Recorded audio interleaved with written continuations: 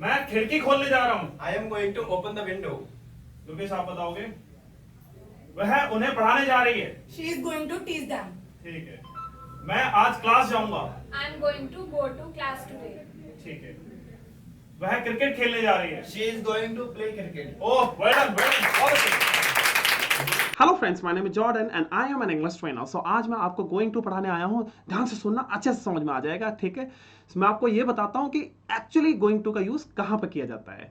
निकट भविष्य में ऐसे बहुत सारे काम होते हैं जिसे हम करने जा रहे होते हैं, उसे गोइंग टू के माध्यम से बताया जाता है। ठीक है, इसका किस तरीके का सेंस आता है जब भी हम गोइंग टू को यूज करके कोई भी सेंटेंस बनाते हैं, तो वाक्य के अंत में किस तरीके का सेंस आता है या फिर किस तरीके का साउंड आता है, वो ध्यान में रखना है आपको। यानी कि साउंड क्या आएगा, ने जा रहा है या फिर ने वाला है, इस तरीके का सेंस आएगा या फिर साउंड आएगा। ठीक है, आज ये इसको हम पढ़ते हैं डिटेल में।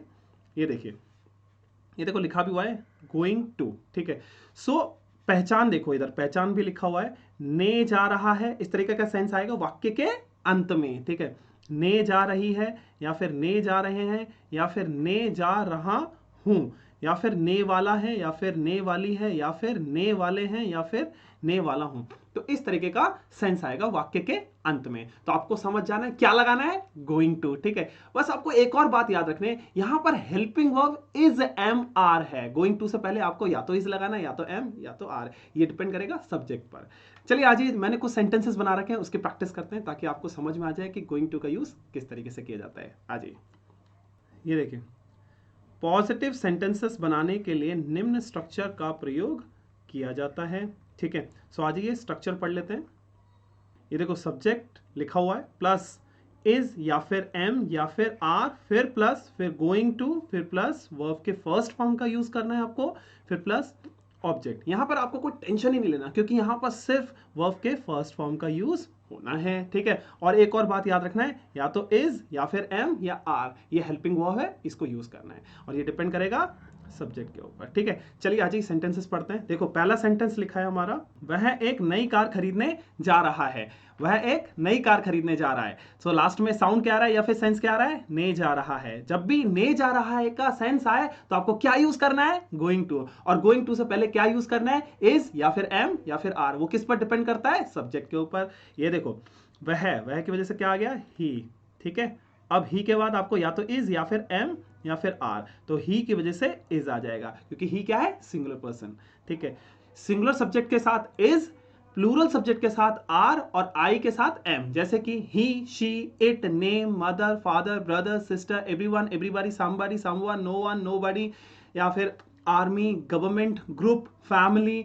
ठीक है, टीम हो गया, तो इन सब के साथ, या फिर ऑयल भी ले सकते हो, वाटर के साथ भी आप लगा सकते हो। इन सब सब्जेक्ट के साथ इज लगाया जाता है। क्या लगाया जाता है, इज। ठीक है, प्लूरल सब्जेक्ट्स क्या क्या हैं, जैसे कि you, we, they, these, those, students, people, children. ठीक है, या फिर फ्रेंड्स। ठीक है, फ्रेंड होगा तो इज, फ्रेंड्स होगा तो आर। ठीक है, सिस्टर होगा तो एक ही है तो इज, सिस्टर्स होगा तो आर। ठीक है, और जैसे कि आप एक और ले सकते हो, जैसे कि पर्सन होगा तो इज, पीपल होगा तो आर, ये थोड़ा ध्यान रखना। और आई के साथ हमेशा आपको एम लगाना है। क्लियर हो गया, चलिए आज इसका ट्रांसलेशन कर लेते हैं। He is going to buy a new car. देखो, जा रहा के चक्कर में क्या आ गया, गोइंग। ठीक है, उसके बाद है के चक्कर में इज, ये थोड़ा ध्यान रखना। और टू जब तक नहीं लगाओगे तो आप अगला ये वर्ब यूज नहीं कर सकते। ठीक है, गोइंग के बाद आपको टू लगाना है, उसके बाद वर्ब। ठीक है, याद रहा। तो he is going to buy a new car. Clear हो गया, आ जाइए नेक्स्ट सेंटेंस पढ़ते हैं। ये देखो, अन्वेषा मुझे पढ़ाने जा रही है। लास्ट में साउंड क्या आ रहा है, ने जा रही है। जब भी ने जा रही है का सेंस आए या फिर साउंड आए तो आपको क्या लगाना है, गोइंग टू। आ जाइए, ये देखो, Anvesha is going to teach me. तो अन्वेषा क्या हुआ, सिंगुलर सब्जेक्ट, तो इसलिए इसका यूज हुआ है, ये थोड़ा ध्यान रखना। ठीक है, Anvesha is going to teach me. Clear हो गया। नेक्स्ट सेंटेंस है हमारा, देखो, मैं एक नया व्यवसाय शुरू करने जा रहा हूं। तो मैं एक नया व्यवसाय शुरू करने जा रहा हूं, तो लास्ट में साउंड क्या आ रहा है, ने जा रहा हूं, या फिर सेंस क्या आ रहा है, ने जा रहा हूं। तो जब भी ने जा रहा हूं का सेंस आए तो आपको क्या यूज करना है, गोइंग टू। तो आ जाइए इसका ट्रांसलेशन कर लेते हैं। I am going to start a new business. देखो, गोइंग टू से पहले आपको क्या लगाना है, इज या फिर एम या फिर आर। ये किस पर डिपेंड करता है, एम आया किसकी वजह से, आई की वजह से, तो आई के साथ हमेशा एम आता है। So I am going to start a new business. Clear है? तो चलिए आज ये नेक्स्ट सेंटेंस पढ़ते हैं। ये देखो, वह आपकी मदद करने जा रही है, तो लास्ट में साउंड क्या आ रहा है, ने जा रही है, तो क्या आएगा, गोइंग टू। आज ये इसका ट्रांसलेशन कर लेते हैं, she is going to help you. Clear हो गया? आज ये नेक्स्ट सेंटेंस पढ़ते हैं। ये देखो, कार्तिक तुम्हें पीटने जा रहा है, तो लास्ट में साउंड क्या आ रहा है, ने जा रहा है, तो आपको क्या यूज करना है, गोइंग टू। ये जो टू लग रहा है ये याद रखना किसकी वजह से लग रहा है, आपको वर्ब यूज करना है, बिना टू के आप वर्ब यूज नहीं कर सकते। ठीक है, तो थोड़ा याद रखना ये चीज। ठीक है, so Kartik is going to beat you, Kartik is going to beat you. Clear हो गया? आज ये नेक्स्ट सेंटेंस पढ़ते हैं। आपके दोस्त स्पेनिश बोलने जा रहे हैं, तो लास्ट में साउंड क्या आ रहा है या फिर सेंस क्या आ रहा है, ने जा रहे हैं, तो क्या यूज करना है, गोइंग टू, और उससे पहले इज या फिर एम या फिर आर। वो किस पे डिपेंड करता है, सब्जेक्ट के ऊपर। आज ये ट्रांसलेशन कर लेते हैं।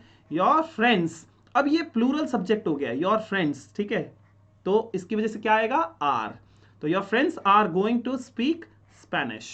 क्लियर हो गया? So your friends are going to speak Spanish. आज ये नेक्स्ट सेंटेंस पढ़ते हैं। ये देखो, वह पियानो बजाने जा रहा है, तो लास्ट में साउंड क्या आ रहा है, ने जा रहा है, तो ने जा रहा है की वजह से क्या आएगा, गोइंग टू, और गोइंग टू से पहले क्या लगाना है, इज या फिर एम या फिर आर। आज ये इसका ट्रांसलेशन कर लेते हैं। He is going to play the piano. Clear हो गया? So he is going to play the piano. So I guess आपको समझ में आ चुका होगा कि किस तरीके से गोइंग टू का यूज करना है। ठीक है, आज ये इसका नेगेटिव सेंटेंसेस पढ़ लेते हैं। नेगेटिव सेंटेंसेस बनाने के लिए निम्न स्ट्रक्चर का प्रयोग किया जाता है। ये देखो, स्ट्रक्चर भी लिखा हुआ है, आज ये इसको समझते हैं। ये देखो, सब्जेक्ट प्लस इज या फिर एम या फिर आर, फिर प्लस नॉट, यानी कि इज एम आर के बाद आपको नॉट लगाना है, फिर प्लस गोइंग टू, फिर प्लस वर्ब के फर्स्ट फॉर्म का यूज करना है, फिर प्लस ऑब्जेक्ट। ठीक है, इसी स्ट्रक्चर को हम दूसरे तरीके से भी लिख सकते हैं। ये देखो, सब्जेक्ट प्लस इजंट, ये किसका कॉन्ट्रैक्शन है, इज नॉट का। ठीक है, फिर एंट, ये किसका कॉन्ट्रैक्शन है, एम नॉट का। फिर या फिर आप बोल सकते हो आरंट, ये किसका कॉन्ट्रैक्शन है, आर नॉट का। क्लियर है? सो उसके बाद आपको लिखना है प्लस गोइंग टू, फिर प्लस वर्ब के फर्स्ट फॉर्म का यूज करना है, फिर प्लस ऑब्जेक्ट। ठीक है, सो आप दोनों ही स्ट्रक्चर का यूज कर सकते हो। ठीक है, आ जाइए इधर देखो, कुछ सेंटेंसेस बना रखे हैं, उसके प्रैक्टिस कर लेते हैं। आ जाइए, ये देखो, पहला सेंटेंस है हमारा, वह इसे साबित नहीं करने जा रहा है, वह इसे साबित नहीं करने जा रहा है। ठीक है, सो लास्ट में साउंड क्या आ रहा है, ने जा रहा है, और ये नेगेटिव सेंटेंस है, नहीं। ठीक है, तो आप इज के बाद नॉट लगाओगे, या फिर एम के बाद, या फिर आर के बाद, यानी कि गोइंग टू से पहले नॉट आएगा, ये ध्यान रखना। ठीक है, सो ट्रांसलेशन क्या हो जाएगा, he isn't going to prove it. ठीक है, ये इज नॉट किसकी वजह से आ रहा है, नहीं। ठीक है, और है, फिर गोइंग किसकी वजह से आ रहा है, जा रहा है, ये थोड़ा ध्यान रखना। क्लियर हो गया?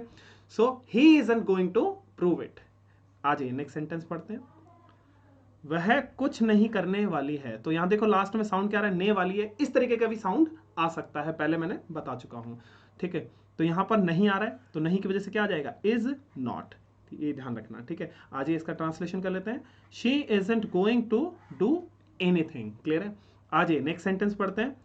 मेरे पिता हमें रोकने वाले नहीं हैं, लास्ट में साउंड क्या आ रहा है, ने वाले नहीं है, नहीं की वजह से क्या आ जाएगा, इज नॉट। ये थोड़ा ध्यान रखना। ठीक है, उसके बाद आपको गोइंग टू लगाना है। ठीक है, so my father isn't going to stop us. Clear हो गया? So my father isn't going to stop अस।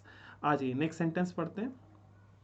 ये देखो, फरहान सोने नहीं जा रहा है, सो लास्ट में साउंड क्या आ रहा है, ने जा रहा है, और ये नहीं भी आ रहा है, यानी कि नेगेटिव सेंटेंस है, तो नहीं की वजह से क्या आ जाएगा, इज नॉट। ये किसका कॉन्ट्रैक्शन है, इज नॉट का कॉन्ट्रैक्शन है, इजंट। क्लियर हो गया? तो Farhan isn't going to sleep, Farhan isn't going to sleep. Clear हो गया? आज ये नेक्स्ट सेंटेंस पढ़ते हैं। तुम्हारी बहन उससे शादी नहीं करने वाली है, तो लास्ट में साउंड क्या आ रहा है, ने वाली है, और ये नेगेटिव सेंटेंस है, नहीं की वजह से क्या आ जाएगा, इजंट। ये इज नॉट किसकी वजह से आ रहा है, योर सिस्टर। और यहां पर कई बच्चे गलती करते हैं, योर के चक्कर में आर लगा देते हैं। आर नहीं लगाना, योर तो लिखा हुआ है, लेकिन योर सिस्टर है या योर सिस्टर्स है, सिस्टर्स होता यानी कि बहुत सारे सिस्टर्स है। ठीक है, तो उसकी वजह से आर आ जाता है, लेकिन यहां पर एक ही सिस्टर है। कितनी सिस्टर है, एक ही, तो इसलिए इज आएगा। ये थोड़ा ध्यान रखना। तो your sister isn't going to marry him, your sister isn't going to marry him. Clear है? आ जाइए नेक्स्ट सेंटेंस पढ़ते हैं। वे नाश्ता नहीं करने जा रहे हैं, तो लास्ट में साउंड क्या आ रहा है, ने जा रहे हैं, तो इसकी वजह से क्या आएगा, गोइंग टू। ठीक है, और ये नेगेटिव सेंटेंस है तो इसकी वजह से क्या आ जाएगा, नॉट। ये किसके बाद आएगा, इज या फिर एम या फिर आर। यहाँ पर आर आ रहा है, ये किसकी वजह से आ रहा है, दे की वजह से। ठीक है, तो दे क्या है, प्लूरल सब्जेक्ट, तो इसकी वजह से क्या आ रहा है, आर।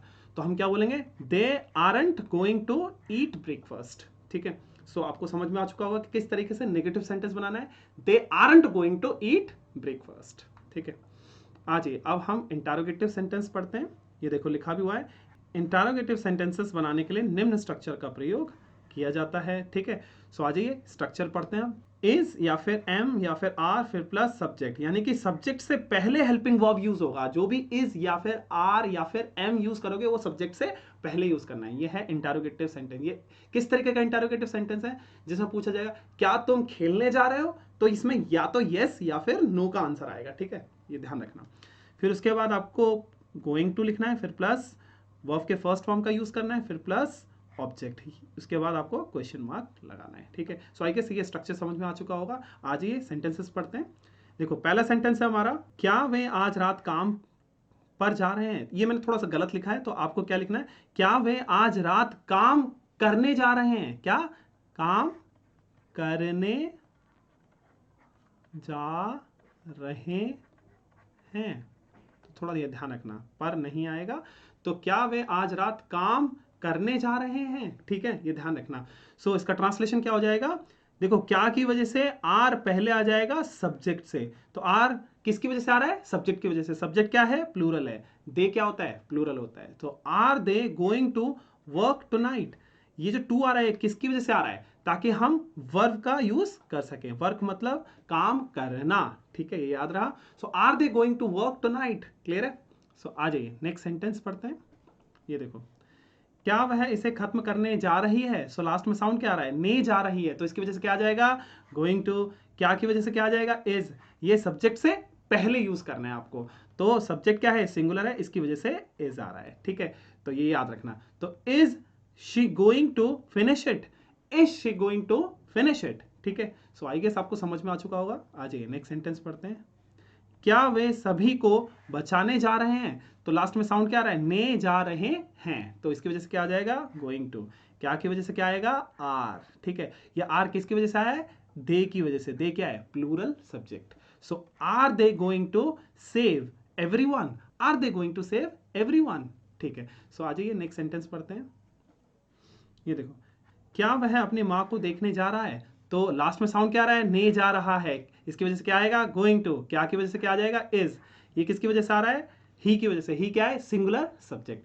तो आज इसका ट्रांसलेशन कर लेते हैं। Is he going to see his mother, so is he going to see his mother. ठीक है, आज ये नेक्स्ट सेंटेंस पढ़ते हैं।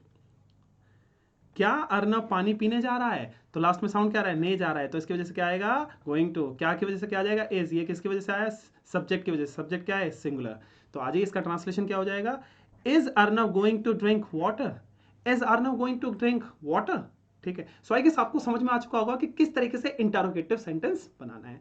आ जाइए अब पढ़ते हैं हम इंटरोगेटिव नेगेटिव सेंटेंसेस। ये देखो, नेगेटिव इंटरोगेटिव सेंटेंसेस बनाने के लिए निम्न स्ट्रक्चर का प्रयोग किया जाता है। ठीक है, आज ये स्ट्रक्चर पढ़ लेते हैं। ये देखो, इज या फिर एम या फिर आर फिर प्लस सब्जेक्ट। सब्जेक्ट से पहले आपको ये हेल्पिंग वर्ब लिखना है, फिर सब्जेक्ट के बाद नॉट लिखना है। ठीक है, नॉट, फिर प्लस गोइंग टू, फिर प्लस वर्ब के फर्स्ट फॉर्म का यूज करना है, फिर प्लस ऑब्जेक्ट, फिर क्वेश्चन मार्क लगाना मत भूलेगा। इसी स्ट्रक्चर को हम दूसरे तरीके से भी लिख सकते हैं, जैसे कि देखो, इज इजंट लिखा हुआ है, ये किसका कॉन्ट्रैक्शन है, इज और नॉट का। फिर एंट, ये एम नॉट का कॉन्ट्रैक्शन है। फिर आरंट, ये आर नॉट का कॉन्ट्रैक्शन है। ठीक है, उसके बाद आपको नॉट लगाने की जरूरत नहीं है सब्जेक्ट के बाद। ठीक है, फिर प्लस सब्जेक्ट, फिर प्लस गोइंग टू, फिर प्लस वर्ब के फर्स्ट फॉर्म का यूज करना है, फिर प्लस ऑब्जेक्ट।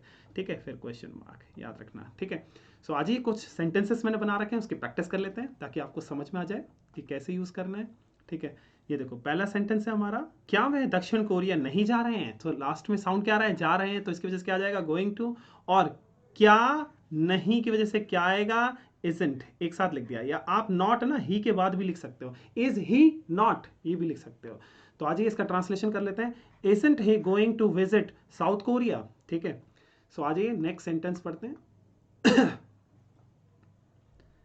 क्या वह इस पुस्तक को पढ़ने नहीं जा रही है? सो लास्ट में साउंड क्या रहा है, जा रही है, तो इसकी वजह से क्या आएगा, going to.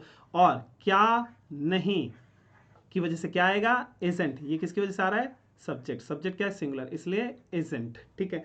isn't she going to read this book, clear हो गया। सो ये नेगेटिव इंटरोगेटिव सेंटेंस है, इसी।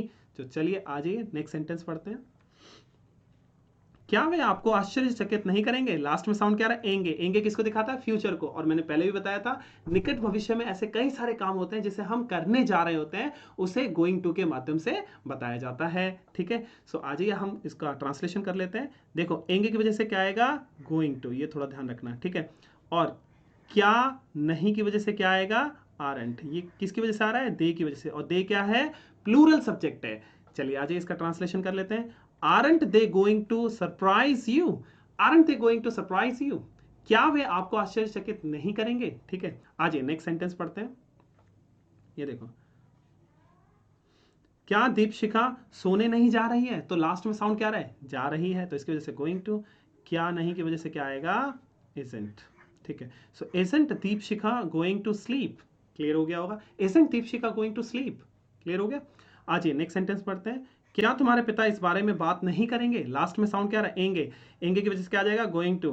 क्या नहीं की वजह से क्या आ जाएगा, isn't। ये isn't किसकी वजह से आ रहा है, योर फादर। योर फादर क्या है, सिंगुलर सब्जेक्ट है। फादर कितने हैं, एक ही तो हैं, तो इसी वजह से इज आ रहा है, ये थोड़ा ध्यान रखना है। योर से कोई लेना देना नहीं है, योर के चक्कर में आरंट मत कर देना, ठीक है।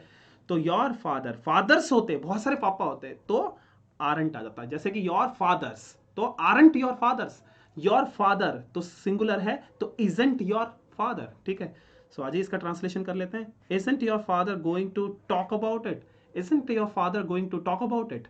आई गेस आपको समझ में आ चुका होगा कि किस तरीके से गोइंग टू का यूज स्पोकन में करना है और किस तरीके से रिटन में करना है। Next time again I will come with different video with different concept. Thank you so much.